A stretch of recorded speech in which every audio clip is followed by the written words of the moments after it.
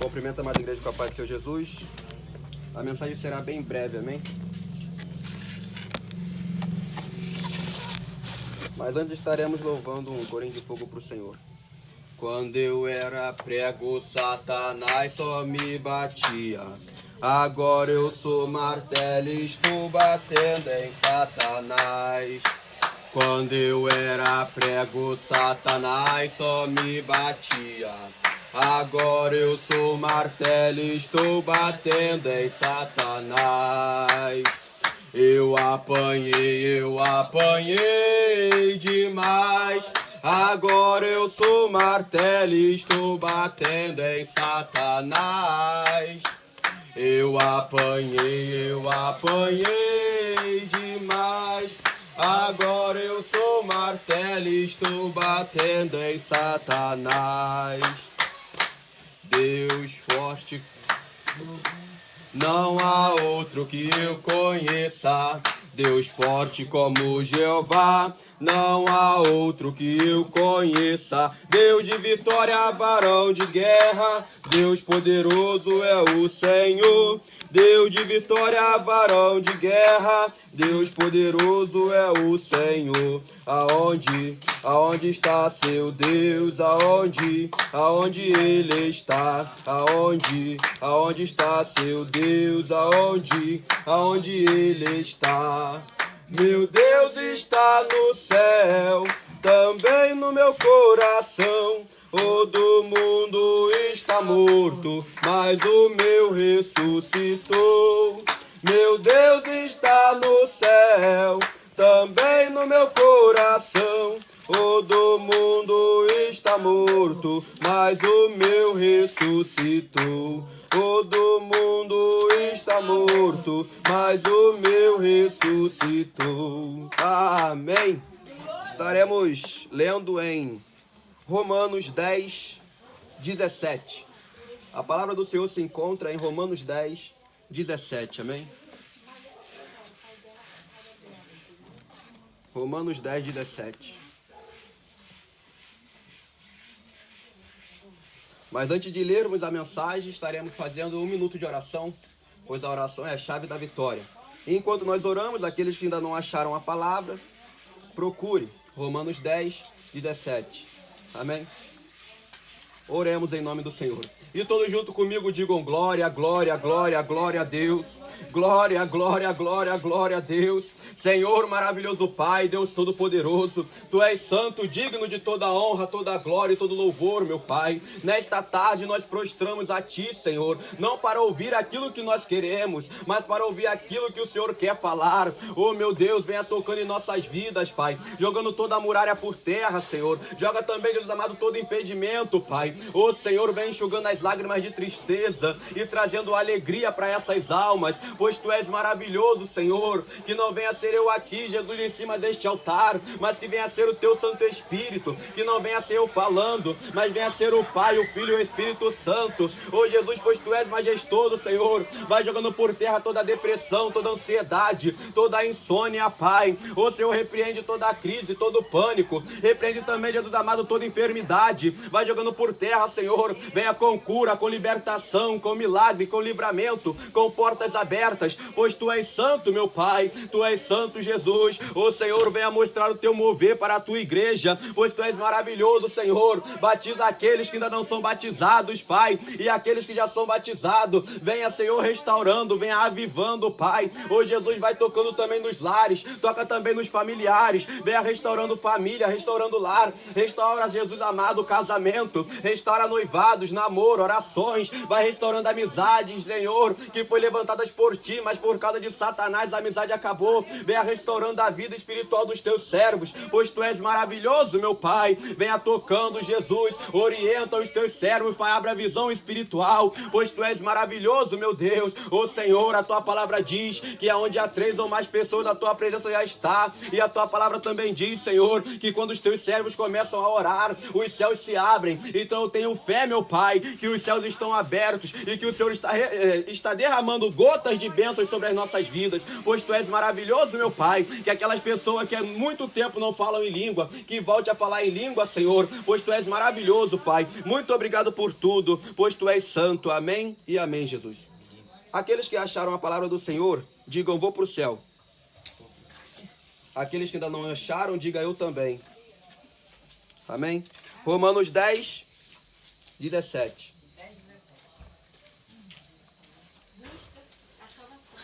Isso aí. Vambora. Romanos 10, 17. A palavra vai ser bem rápida, amém? Diz assim a palavra do Senhor. De sorte que a fé vem pelo ouvir, e ouvir a palavra de Deus. Pode fechar a Bíblia, feche os nossos olhos, coloque a mão nos nossos corações e louve comigo apenas esse refrão. Fala, Deus, fala, Deus, toca-me com brasas do altar. Fala, Deus, fala, Deus, sim, alegre, atenta ao teu mandar. Mais uma vez. Fala, Deus, fala, Deus, toca-me com brasas do altar. Fala, Deus, fala, Deus, sim, alegre, atenta ao teu mandar. A última vez para a derrota de Satanás. Fala, Deus, Oriandarabá, Soricantai, toca-me com brasas do altar. Fala, Deus, Oriandarai, sim, alegre, atenta ao teu mandar. Aleluia! Podemos aceitar com palmas bem alegres para Jesus? Estaremos iniciando a palavra. Como nós lemos em Romanos 10, 17, diz assim: de sorte que a fé vem pelo ouvir, e ouvir a palavra de Deus. O que eu me recordo também, que a palavra de Deus vem dizendo que não só de pão viverá o homem, mas de toda a palavra que vem da boca de Deus. Então, se nós queremos ser alimentados, claro que não de forma literal, mas também de forma literal, porque quem nos mantém vivo, quem nos mantém a comida que tem na nossa casa é o nosso Senhor, porque a palavra de Deus fala que até uma folha de uma árvore que cai ao chão é com permissão do Senhor. Então, cada alimento que nós comemos é com permissão dele.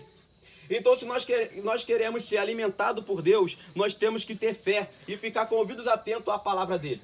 Não adianta nada a gente ficar preocupado com o pão que a gente tem que se alimentar. Pois se nem só de pão viverá o homem, mas de toda a palavra que vem da boca do Senhor. O interessante é que a Bíblia vai vir dizendo sobre vários homens na fé, vários homens que foram cheios do Espírito Santo. Mas eu quero frisar em um homem que foi o primeiro mártir. Muitos já conhecem Estevão, um jovem homem de Deus que pregava a palavra, que vivia, um homem cheio de fé, como diz aqui nesse versículo. Aleluia. Que a fé vem pelo ouvir a palavra de Deus. Estevão era um jovem cheio de fé. Por quê? Porque Estevão escutava a palavra do Senhor. Tem outro também que eu gostaria de recordar. Saulo, que mais futuramente veio se chamar de Paulo, pois Deus trocou o nome. Aleluia. O interessante era que Saulo, ele viu Jesus Cristo. Por que eu afirmo isso com todas as palavras? Por que eu afirmo que ele viu Jesus Cristo em carne? Porque só podia ser apóstolo aqueles que viam a Jesus. É claro que quando ele viu Jesus Cristo, ele ainda era mancebo, ou seja, ele ainda era criança. Só que Paulo, ele entendia muito de lei. É o que eu gosto de falar. Paulo entendia tanto da lei daquela época, tanto dos livros de Moisés, que Paulo, ao meu ver, era um advogado. Sim, Paulo fez faculdade de advocacia naquela época, porque o homem entendia de toda a lei de Israel, ele entendia de toda a lei de Roma. Nosso irmão era super inteligente. O interessante era que, mesmo ele entendendo de toda a lei, ele não tinha fé, porque ele não escutava a palavra do nosso Senhor Jesus Cristo. E justamente pelo fato dele não escutar a palavra do Senhor, ele começou a perseguir os crentes. E acredite ou não, Paulo teve participação na morte de muitos cristãos, especificamente na morte de Estevão. Mas mal ele sabia que através da morte de Estevão, Jesus lá na frente tocaria nele para que ele viesse a se converter. Por quê? Porque em todo tempo a palavra do Senhor vem dizendo que Estevão foi caluniado. Mas mesmo ele sendo caluniado, ele continuava a pregoar a palavra do Senhor. Continuava a pregoar, aleluias, a palavra que vem da boca de Deus. Pois ele era um ministro do Evangelho. Ele era um melita do Senhor, ou seja, um soldado. Ele era um baluarte, ele era um atalaia. Falava o que o Espírito Santo mandava. O interessante era que Estevão, sendo caluniado na frente do juiz, ele estava de frente do juiz. Mesmo assim, ele não parou de falar a palavra do Senhor, ao ponto que a graça dele foi tão alta que o rosto dele brilhou, como de anjo. Mas por quê? Porque Estevão era um jovem cheio de fé. Estevão era um jovem íntegro, reto, temente a Deus, que se desviava do mal. Estevão era um jovem que não mentia, só saía a verdade da boca dele. Estevão era um homem que vivia de oração, jejum e leitura bíblica. Estevão era um homem que orava sem cessar. Estevão era um homem que vigiava, orava e vigiava. E vigiai e orai, né? Que esse é o certo, vigiava e orava. O interessante era que Estevão, mesmo depois de ser sentenciado, que ele foi sentenciado à morte, né, apedrejamento, e era de todos os tipos de tamanho de pedra que você imaginar. Desde a mais pequenininha até a maior que um ser humano possa levantar. Nem que tivesse que levantar 7 pessoas junto. Mas era livre, era o tamanho da pedra que eles queriam jogar. Mesmo depois dele ser sentenciado, de estar sendo apedrejado, ele teve o maior de todos os dons, que era o dom do amor. Por que eu digo isso com toda certeza? Porque ele ali sendo apedrejado, ele olhou para os céus e falou: Senhor, Deus, Pai, meu Criador, meu mantenedor, meu Consolador, tenha misericórdia dessas pessoas. Não veja o pecado deles, mas, Senhor, não faça-os mal. Liberte-os, livra dessa cegueira espiritual. O interessante é que quando ele olhou para o céu se abriu.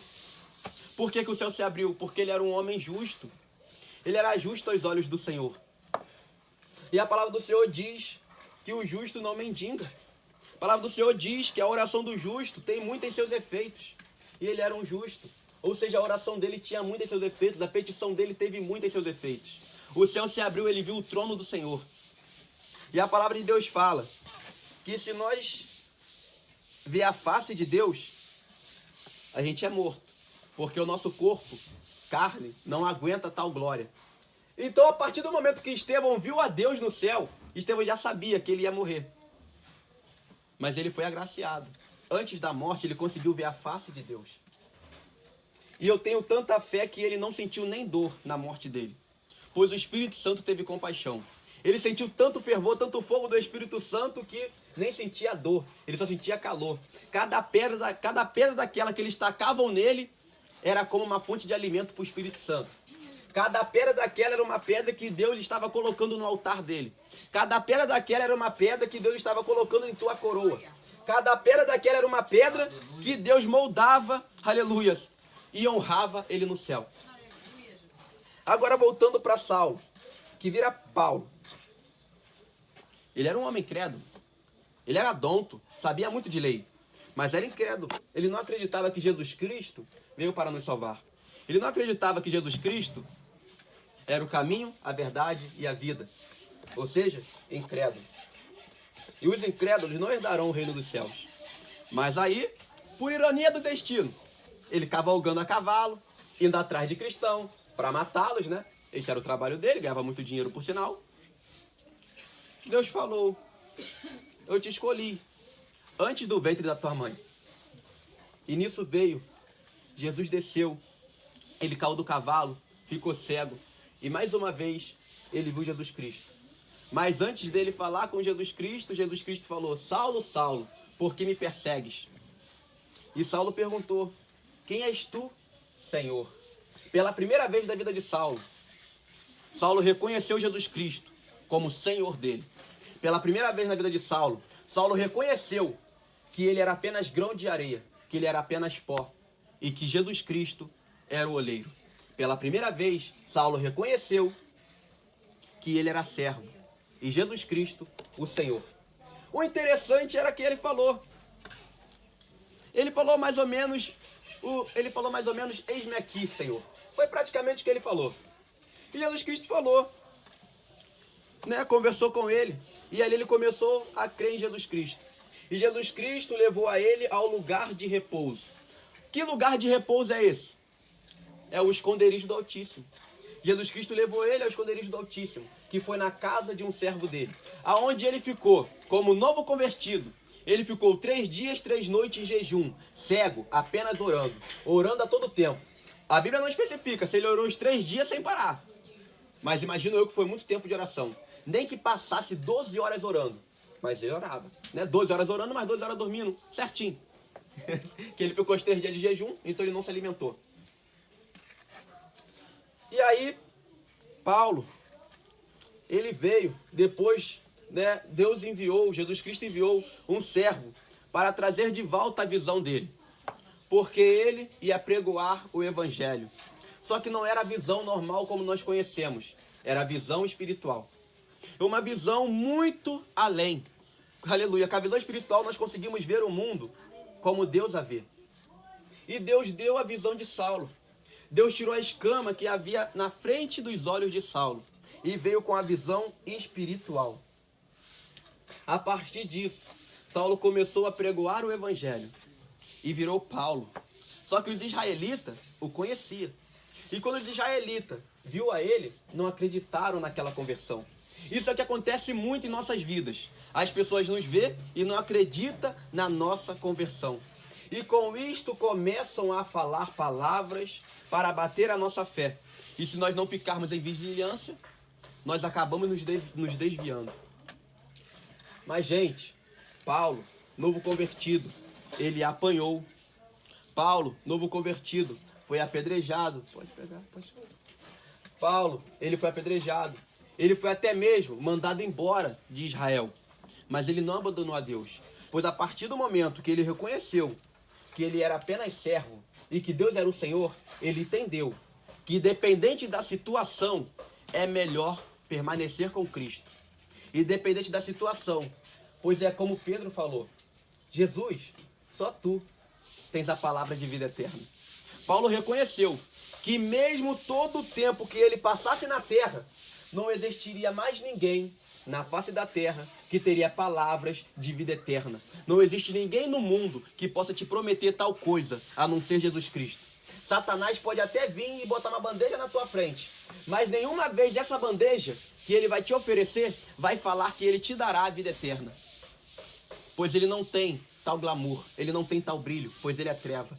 E a vida eterna só quem pode nos dar é aquele que é luz. É aquele que tem os pés como latão reluzente. A vida eterna só quem pode nos dar é aquele que é lâmpada para os nossos pés e luz para os nossos caminhos. Por isso ele não abandonou a Jesus Cristo, mas ele sofreu pelo evangelho. Paulo foi um homem tão tremendo, foi um varão tão tremendo, foi um irmão tão tremendo, que ele escreveu a maioria dos livros, a maioria das epístolas do Novo Testamento. Aquele homem que outrora matava cristão, agora ganhava almas para Cristo. Não é corona não, tá, gente? Voltando, aquele homem que outrora matava pessoas, agora ele dava vida. Como assim ele dava vida? A palavra do Senhor fala que Jesus Cristo é a cura, mas não para os que estão curados, mas para aqueles que são enfermos. E como eu já falei aqui uma vez, se Cristo veio para trazer a cura, e ele é o médico dos médicos, e nós somos usados por ele, então nós somos enfermeiros do Senhor. De uma forma que todos possam entender. E neste momento, Paulo estava sendo enfermeiro do Senhor. Ele estava levando a cura para os cansados, para os oprimidos. Ele estava levando o pão, que é a palavra. Ele estava levando a água da vida, que é a oração, que é os dons. Ele foi um homem tremendo na presença de Deus. E por que eu cheguei a Paulo? Na verdade, a ficar só em Estevão, mas Deus me levou a Paulo. Porque Romanos é um livro, é uma epístola escrita por ele. E nada melhor do que Paulo para nos dizer que a fé vem do ouvir, e ouvir a palavra de Deus. Pois Paulo só se converteu porque ele ouviu. Ele ouviu a palavra de Deus. Querendo ou não, quando ele teve participação na morte de Estevão, ele estava ouvindo a palavra do Senhor. Quando ele ficou cego e caiu do cavalo, ele ouviu a palavra de Deus. E foi nisso que ele se converteu. Você pode não falar com as pessoas sobre Jesus Cristo, mas o teu modo de se vestir, seu modo de andar, seu modo de agir é uma forma de pregoar o Evangelho. Tem muitas pessoas que só vão se converter na tua morte, mas tem muitas outras que irão se converter enquanto você está em vida. Assim como aconteceu com Paulo. Paulo foi um homem tão tremendo que ele ganhou. Ele foi o apóstolo dos gentios. Ele ganhou milhares de almas. Pedro também foi tremendo, porque na primeira pregação de Pedro, se eu não me engano, ele ganhou 3.000 almas em uma pregação. E na segunda pregação dele, ele ganhou 5.000 almas. Esse foi Pedro. Mas Paulo foi mais além, porque Paulo padeceu pelo Evangelho. Paulo morreu pelo Evangelho. Paulo padeceu pelas almas. Paulo caminhava a maioria das viagens dele a pé. Sabe o que é ir de uma cidade a outra a pé sempre, sem parar, pregando o Evangelho? Esse era Paulo. Esse era o grande homem de Deus. E por que eu frisei em Paulo? Porque Paulo, ele é o mesmo que vai vir falar que não vive mais ele, mas que Cristo vive nele. Já não vive mais eu. Já não vive mais Davi Ribeiro, já não vive mais a irmã Janete. Agora é Cristo que vive em nós. E o que isso quer significar? O que isso significa, Cristo vive em mim? É simples. Significa que a tua vida, a partir do momento que você levanta a mão e aceita Jesus, não é mais sua, mas sim de Deus. Aleluia. Significa que você não é mais o dono da tua vida, você não é mais o seu Senhor. Quem é o seu Senhor é Deus. O inimigo não é mais o seu Senhor. Quem é o seu Senhor agora é Jeová. É Jesus Cristo. Jeová Rafá, Jireh, Nissi. Pois o Senhor é a nossa bandeira. Isso é interessante. Por que é interessante? Porque Paulo também vai vir dizendo que do passado dele, ele já não lembra mais. Mas por que do passado dele ele não lembra mais?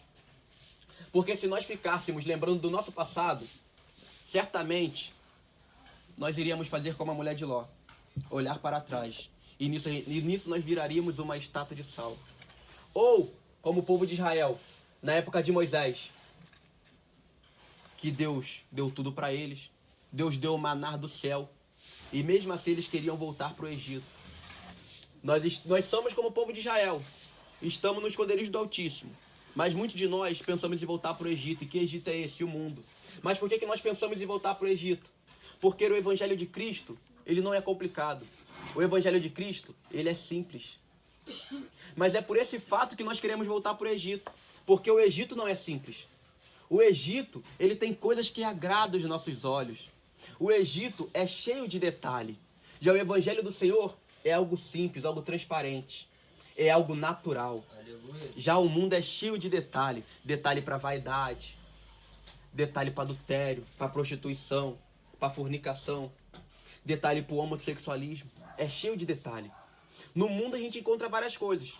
Na palavra do Senhor só há um caminho. A gente só encontra isso, a simplicidade de um cristão. Por isso que muitos de nós olham de volta para o Egito. Mas nós temos que permanecer na fé, permanecer caminhando e viver na simplicidade do Senhor.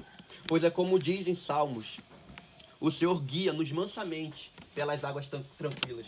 Ele guia-nos pelas veredas da justiça. Então, gente, vamos voltar para as veredas antigas. Essa mensagem foi bem diferente, né? Eu estou acostumado a pregar uma mensagem mais doutrinária, na parte de vestimenta. Mas essa mensagem é uma doutrina para a nossa fé. É uma doutrina não para o nosso exterior, né? Mas para o nosso interior. Essa é a doutrina do Senhor. A doutrina do Senhor não é apenas veste. A doutrina do Senhor é veste, modo de agir, falar, pensar. A doutrina de Deus é complexa. Mas ao mesmo tempo que é complexa, é simples. É tão simples. A única coisa que Deus nos pede é para a gente viver da forma que nós nascemos.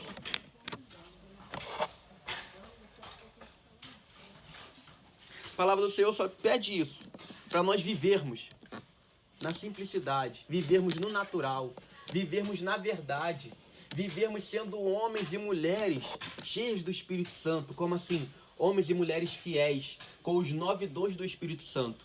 Homens e mulheres com as 9 boas aventuranças. Homens e mulheres com os 9 dons do Espírito Santo. Homens e mulheres com as 7 partes da armadura espiritual. Só isso que Deus pede. Ele não pede mais nada. Deus só nos pede uma coisa, para ser a luz do mundo e o sal da terra. Só isso que Ele nos pede. Ele não pede nada demais. Mas é nós que queremos enfeitar o Evangelho. E nisso nós acabamos nos perdendo. Muitas pessoas falam, né? Ah, tem gente que morreu, mas fez curva. Né? Falando de uma forma, né, para ser engraçadinho, é verdade.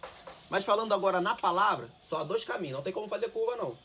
Esse ditado de pessoa subiu pro céu, mas fez curva para ir pro céu, é mentira. Ou foi ou não foi. Só há 2 caminhos, caminho da vida ou caminho da morte. Tem como fazer curva? Tem como fazer curva. Curva indo direto pro inferno, que é outro caminho. Só tem o lado direito e o lado esquerdo. Se você não for pelo direito, você vai fazer curva pro esquerdo. Vai perder a salvação. Agora, ter curva para ir pro céu, não tem. Não tem meio caminho. É sim, sim, não, não. Não tem talvez. Não tem nada a ver. Ou você vai para a direita ou vai para a esquerda. Mas, gente, vamos seguir reto para a direita. Não venha querer fazer curva não, hein? Eu quero ver todos vocês debaixo da árvore da vida. Quero ver todos vocês nos céus. Então, nada de curva. Vamos continuar com o nosso pensamento e a nossa visão reta. Não vamos olhar nem para a esquerda nem para a direita. Não vamos ser como a mulher de Ló. Não vamos ser como a mulher de Ló. Vamos ser como Saulo, como Pedro, como Estevão. Os jovens, seja como Estevão. Jovens cheios do Espírito Santo. E os idosos venham a ser como Moisés, que mesmo na tua velhice não perdeu a visão espiritual. Idosos, sejam como Moisés.